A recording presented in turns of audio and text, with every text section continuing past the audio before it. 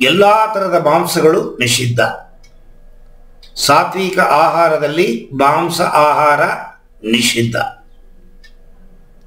ಎಣ್ಣೆಯಲ್ಲಿ ಕರೆದ ತಿಂಡಿಗಳು ನಿಷಿದ್ಧ. ಇದು ಹೇಗೆ ಅಂದರೆ,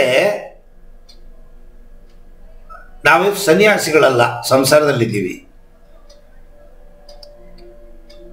ನೀವು ಸನ್ಯಾಸಿ ಸಾಧನೆ ಮಾಡ್ತೀನಿ ಅಂತ ಹೋದರೂ ಕೂಡ ನಿಮ್ಮ ಜೊತೆಗಿರೋರು ನಿಮ್ಮನ್ನು ಬಿಡಲ್ಲ. ನಾನು ಇಲ್ಲಿ ರೂಮಲ್ಲಿ ಬಾಗಿಲು ಹಾಕೊಂಡು ಧ್ಯಾನ ಮಾಡ್ತಿದ್ರೆ ಸೆಗಣಿನ ತೆಗೆದು ನನ್ನ ಮೇಲೆ ಹೊಡೆಯೋರು, ಮಗ್ಗಲ್ಲಿ ನೀರು ತುಂಬಿಟ್ಟು ಕಿಟಕಿ ಬಾಗಿಲು ತೆಗೆದು ನೀರನ್ನ ಎರಚೋರು.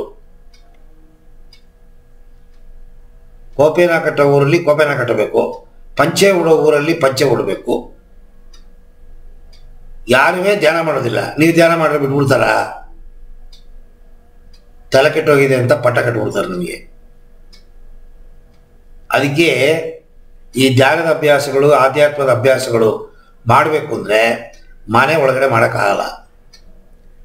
ಸಂಸಾರನ ಬಿಟ್ಟು ಹೊರಟೋಗ್ತಾರೆ.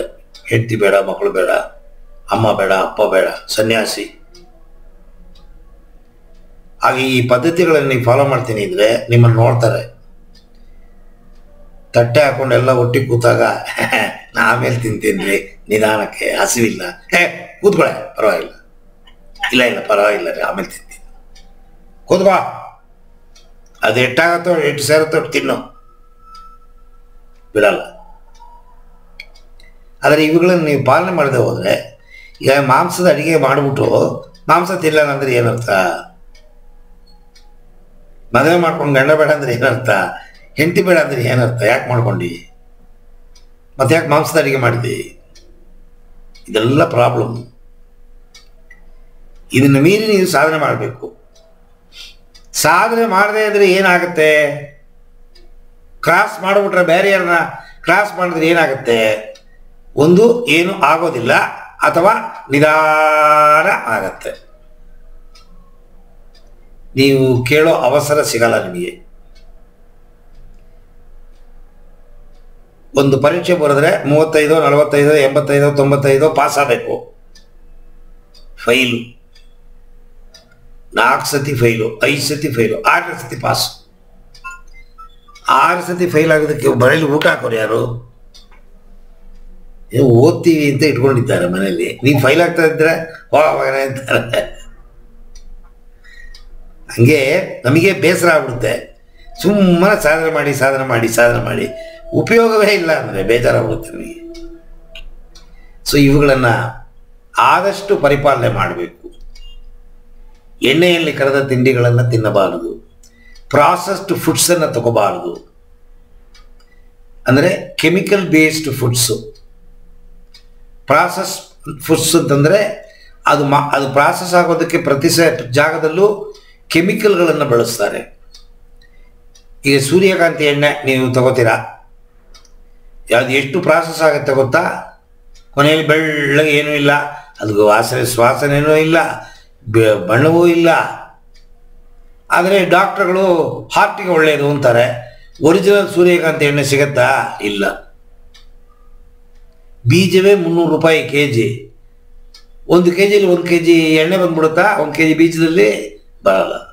500 ರೂಪಾಯಿ ಕೊಡಬೇಕು ಸೂರ್ಯಕಾಂತಿ ಎಣ್ಣೆ ಒರಿಜಿನಲ್ಲು 1 ಲೀಟ್ರಿಗೆ.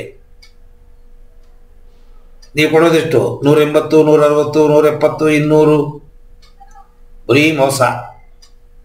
ಈ ಥರ ಅಡಲ್ಟ್ರೇಟೆಡು ನಿಮ್ಮ 3ನೇ ಕಣ್ಣನ್ನು ಅಡ್ಡ ಮಾಡುತ್ತೆ, ಇಂಪ್ರೂವ್ಮೆಂಟನ್ನು. ಸೊ ಸಕ್ಕರೆನ ಫಾರಿನ್ ಕಂಟ್ರಿಗಳಲ್ಲಿ ಹೆಚ್ಚು ಬಳಸೋದನ್ನು ನಿಲ್ಲಿಸ್ಬಿಟ್ಟಿದ್ದಾರೆ. ಫಾರಿನಿಂದ ಇಂಡಿಯಾಗೆ ಬಂತು, ಆದರೆ ಇಂಡಿಯಾದಲ್ಲಿ ಬಳಸ್ತಾ ಇದ್ದಾರೆ, ಫಾರಿನಲ್ಲಿ ನಿಲ್ಲಿಸ್ತಾ ಇದ್ದಾರೆ. ಅಲ್ಲಿ ಬೆಲ್ಲ, ನಾಟಿ ಸಕ್ಕರೆ ಉಪಯೋಗಿಸ್ತಾರೆ. ಇಲ್ಲಿ ಸಕ್ಕರೆ ಉಪಯೋಗಿಸ್ತೀವಿ ನಾವು.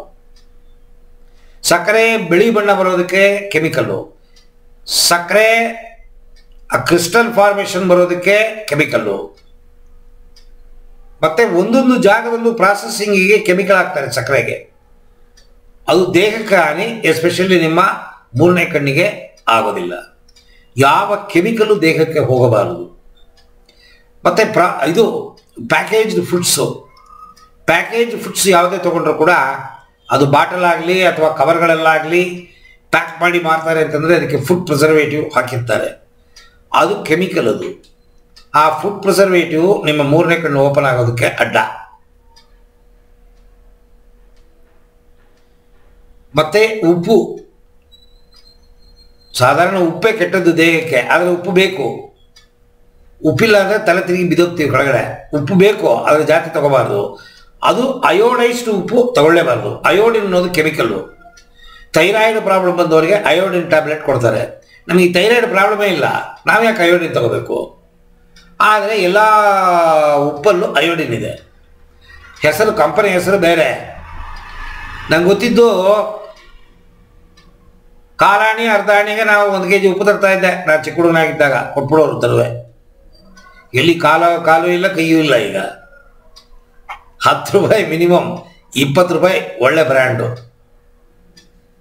ಅಯೋಡಿನ್ ಹಾಕಿದ್ದಾನೋ ಇಲ್ವೋ ನಮಗೆ ಗೊತ್ತಿಲ್ಲ, ಸುಮ್ಮನೆ ಅಯೋಡೈಸ್ಟ್ ಅಂತ. ಅಯೋಡೈಸ್ಟ್ ತಗೋಬಾರ್ದು, ನೆಸೆಸಿಟಿ ಇದ್ರೆ ಮಾತ್ರ.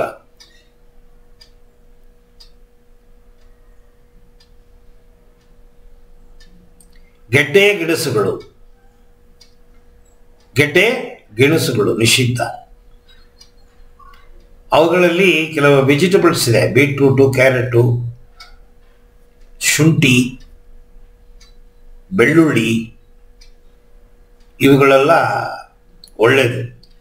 ಆದರೆ ಸುಮಾರು ಪದಾರ್ಥಗಳನ್ನು ನಾವು ಈ ಮೂರನೇ ಕಣ್ಣು ಆಕ್ಟಿವೇಶನ್ಗೆ ತಗೊಳ್ಳಂಗಿಲ್ಲ. ಗೆಡ್ಡೆ ಗೆಣಸುಗಳು